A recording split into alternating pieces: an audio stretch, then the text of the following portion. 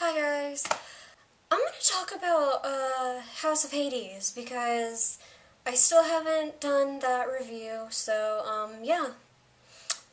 House of Hades, you guys. It's gonna be fun. Alright. So first off, this book is beautiful and amazing, but I wanna say a little something about this here dedication page.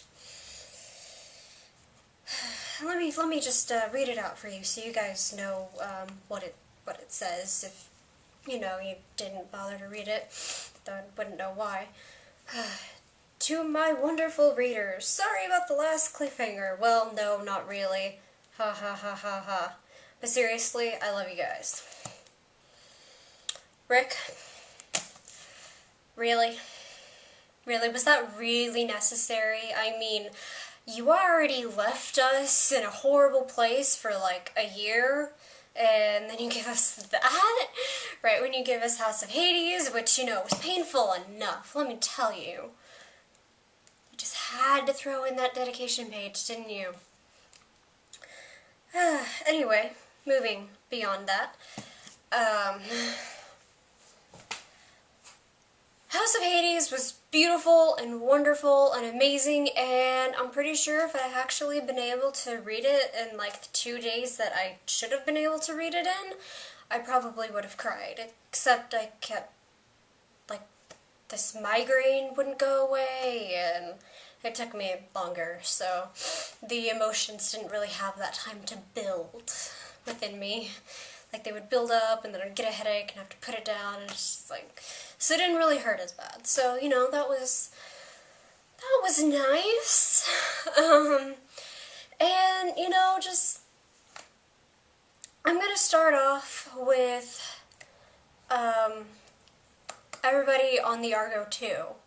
Because, everybody talks about Percy and Annabeth, Percibeth, woo! Well, I'm sorry, I'm not really a big fan of Percibeth, and don't get me wrong, I love them, I just don't really like them together. So, and I will talk about them, but we're just gonna skip straight to everybody on the Argo too, because, I love them, and Rick is still bound and determined to hurt us no matter what we're a fan of, or who we're a fan of, I should say. Let's see. Jason.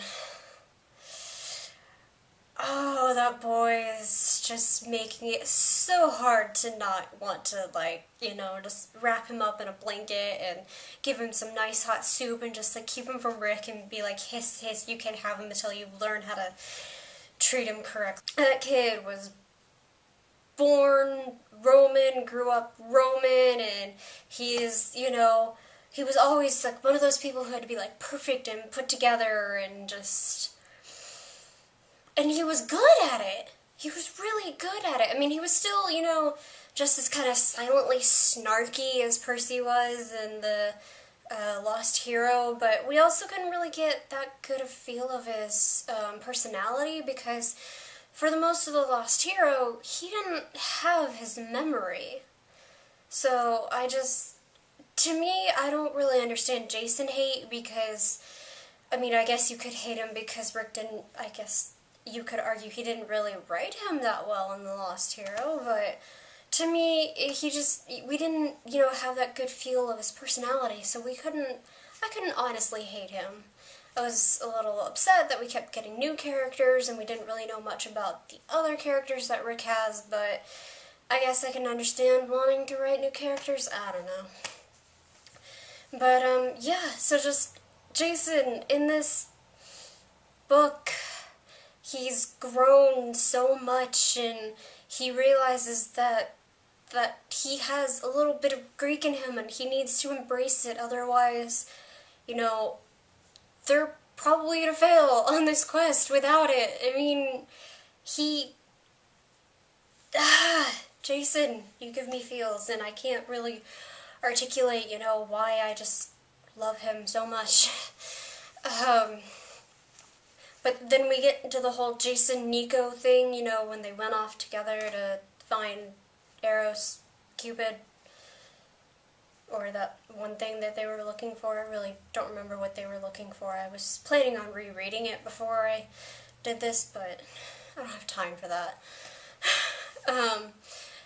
But just when those two went off together, and then Jason found out what Nico's kind of like been keeping to himself all these years, which I really wasn't, well, okay, I was kind of expecting it, but in the other sense, I wasn't. I mean, I just, for some reason, I never thought Rick was ever gonna have, you know, like, a character from the LGBTQ, whatever that fucking list of letters is.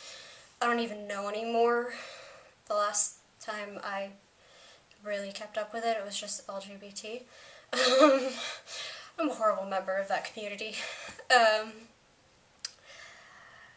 But anyway, I never expected Rick to, you know, write a character like that, and then, you know, he did, and it was Nico, and I'm just going, called it.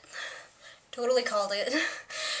But, for one thing, I love that he did that, just because, you know, I never had a character like that in a book growing up, so for other kids reading this book and reading it and realizing, hey, it's okay, and growing up and reading that and realizing, you know, hey, you don't have to hide it or you don't have to fight it or whatever, I mean, just, that's kind of awesome, in my opinion, so just, it makes me really happy, and Nico's pain makes me want to cry and steal him away from Rick too, and pile him on with blankets and give him hot cocoa and soup and just be like, it's okay, Nico, it's okay, you don't have to hurt anymore, I'll take care of you.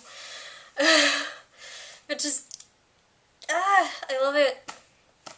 And then, you know, Hazel with the whole magic thing, like, I'm not sure if I was really expecting that part. Like, I know her mom used to fake doing the magic. I didn't realize that she could actually, like, kind of do part of it, and that's how she got, you know, Pluto's attention, but I just, I wasn't expecting that, so when Hazel turned out to be the one that, you know, needed to be able to use the magic to help them fight against this one giant, I was legitimately not expecting that, and I actually really liked it. It was a really good, you know, plot, twist, tool thing. I don't even know what I'm saying anymore. I really liked that about Hazel. I mean, and I liked that one scene where, Pluto shows up after she used the mist to save her and Jason from, I really don't remember that one dude's name. Just when they were up on the cliff, and wow, I really should have reread this book. But I really love that part because it's like, you know, he recognizes his daughter, but I guess to, like, keep her safe, he, you know, can't be around her and show her that, you know, he cares and that he's proud of her and what she's done. So, Frank, beautiful, beautiful Frank. Just the Venice thing, okay? The Venice thing where he goes and he has to defeat all those cow monsters. I don't really remember what they were. Something about cows, and they were eating, like, poisonous roots or whatever, and it just made them even more poisonous. We're just going, oh, poor Frank.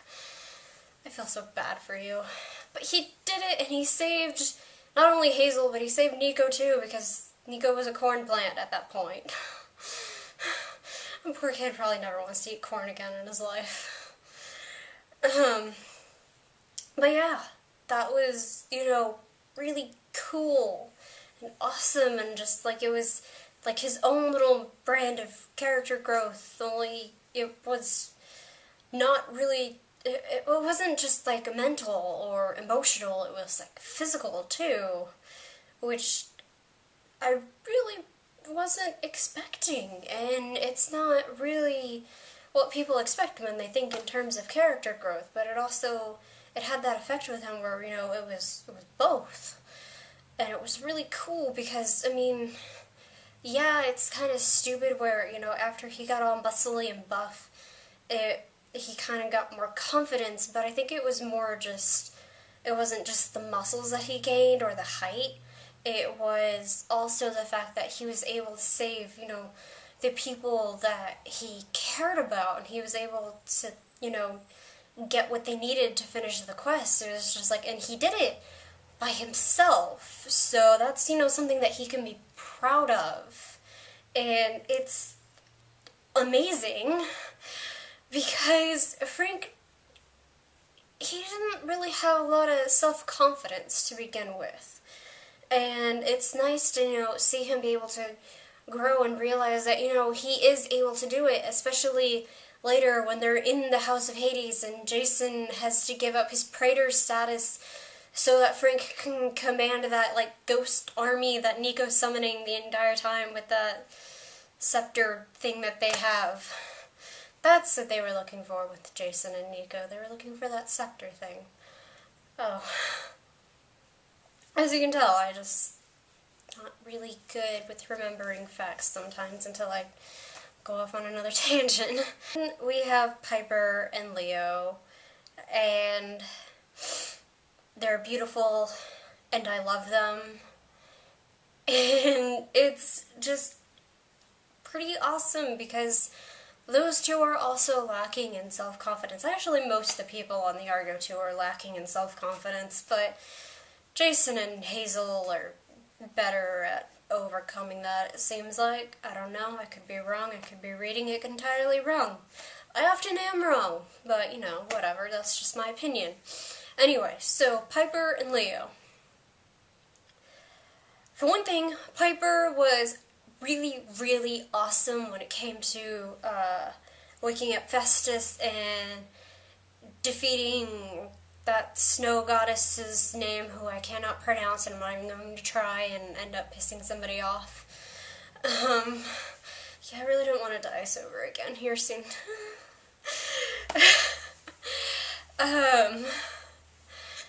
Yeah, with her defeating that snow goddess and, doing it single-handedly, come on, that was just beautiful in itself. And then waking up Festus so that, she kind of had, some sort of backup. That was really awesome. And I feel really bad for Leo, who just, ended up getting banished to Calypso's island, and those two didn't even really like each other. Next thing I know, I'm like, I ship it. I ship it so hard.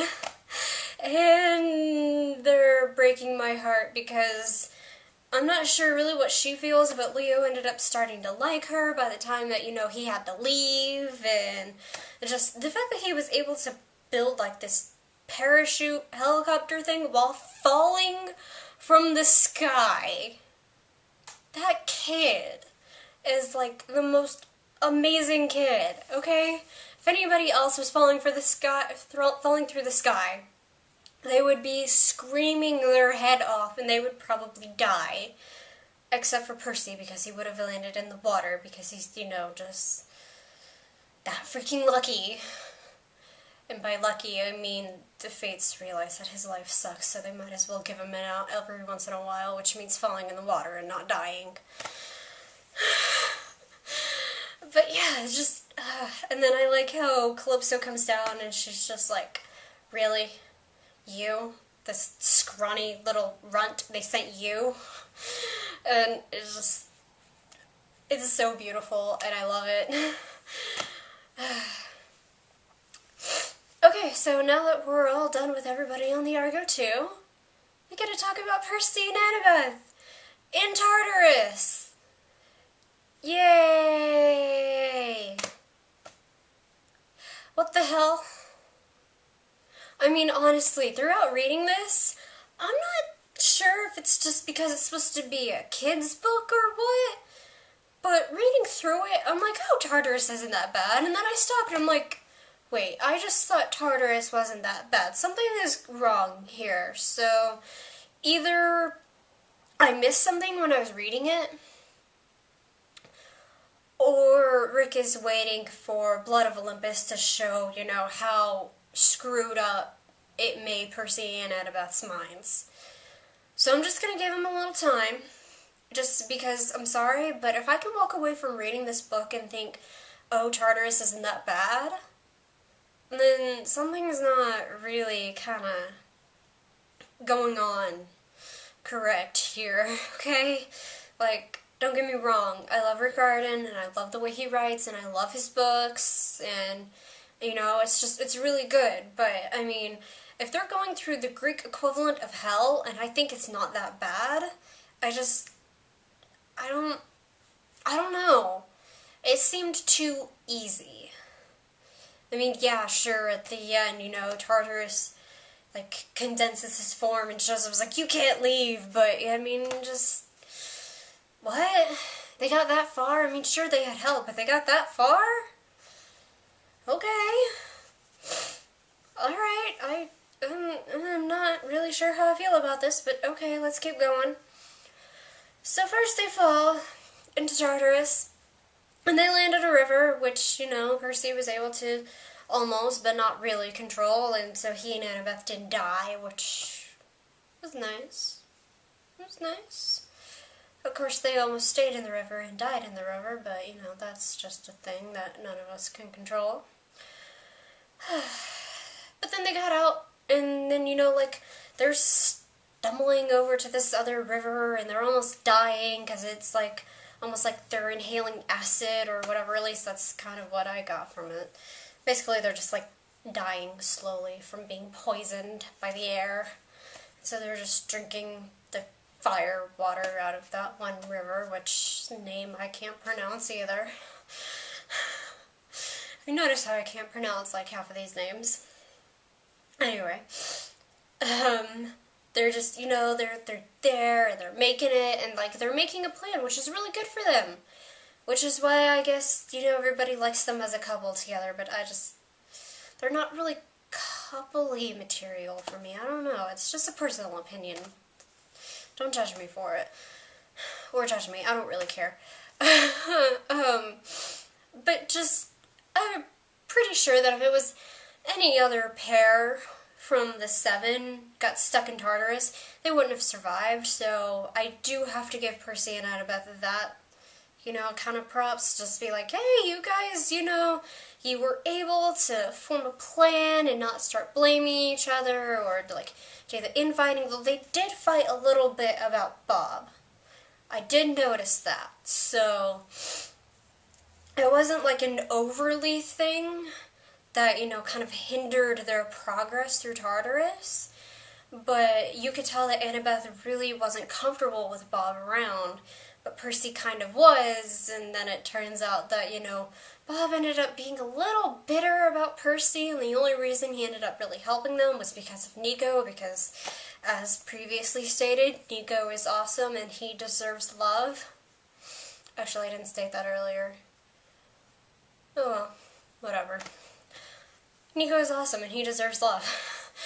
But just, I love it because, you know, Bob is there and he's helping them until he finally realizes that, hey, I don't have any memories.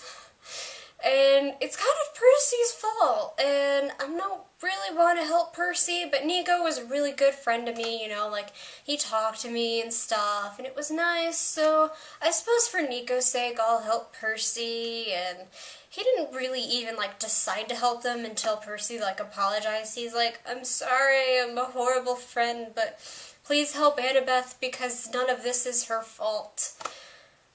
Which, you know, is actually a kind of good apology and a good reason to help Annabeth, because it really wasn't any of her fault. Annabeth wasn't there for that particular adventure. It was only, you know, Nico and Thalia and Percy. I mean, they were the only ones there when the whole Bob thing happened.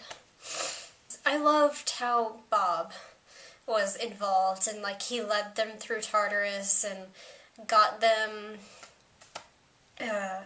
the help that they needed to be able to get out and not die along the way.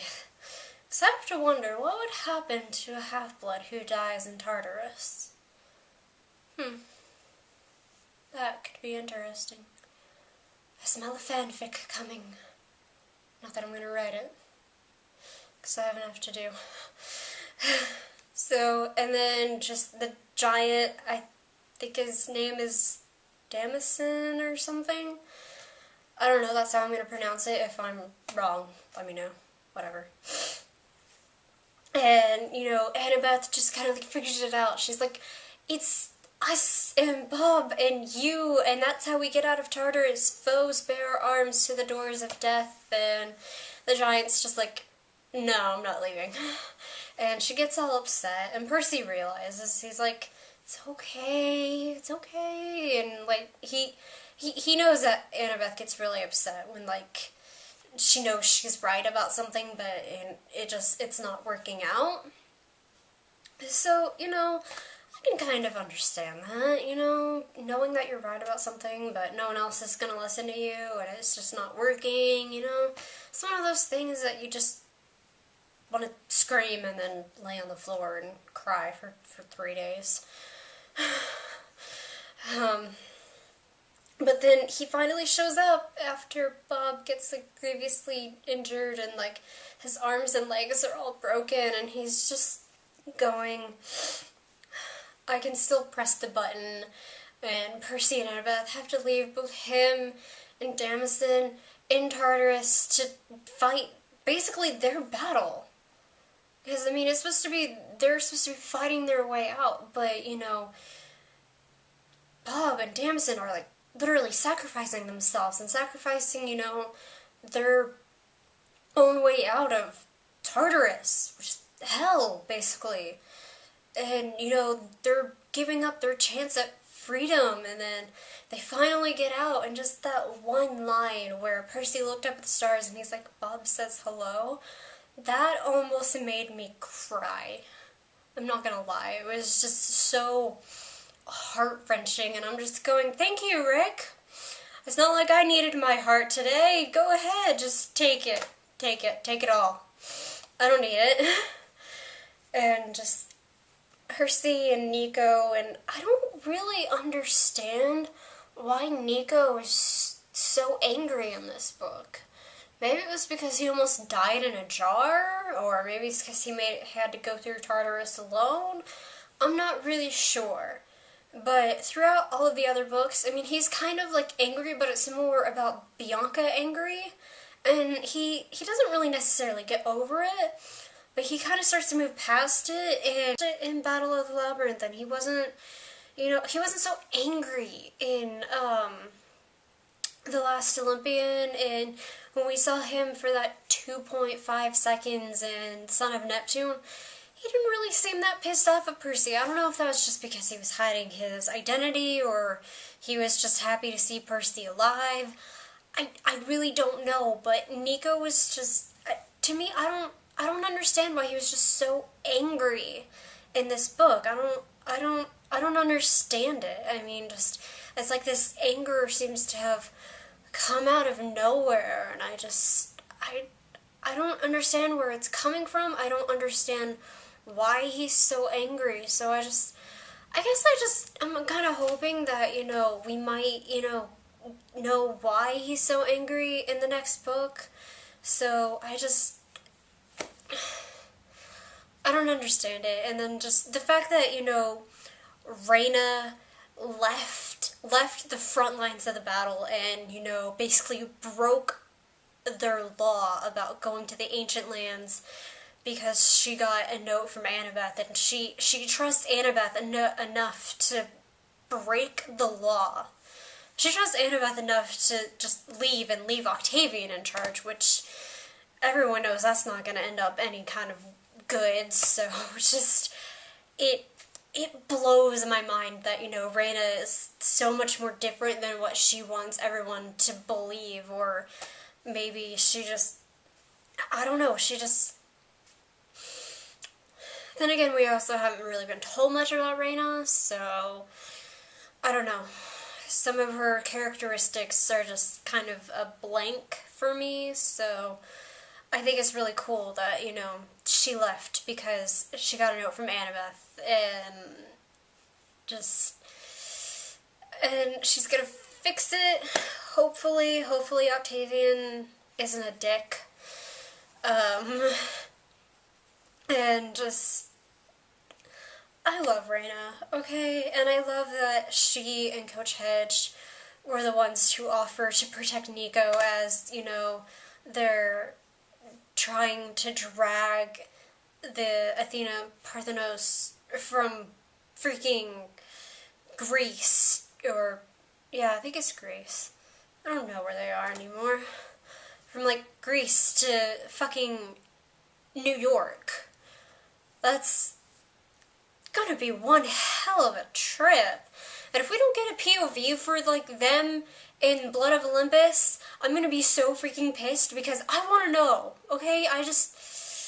I wanna know, and I guess I would be satisfied with, like, a dream sequence or whatever, if somebody's dreaming about them, and they know that something's wrong, or, you know, that they're making it safe. Fine, I guess, I'll take that, but I would prefer we actually get a POV from one of them so that we know that, you know, they're not dying while the 7 are off trying to save the world from Gaia. So it would be kind of nice to have, and I want to know so much. And, like, the war brewing in Camp Half-Blood is, like, going, oh shit, the Romans are here, and their parents are still, like, schizophrenic with their minds split into 2 different personalities. So that's not really schizophrenic, is it? But it's just, I love it, and Blood of Olympus is probably going to hurt more than anything else. But that's fine. I'll go with it. I will suffer for Percy. So, that doesn't mean I'm a devout fan. I don't know what does.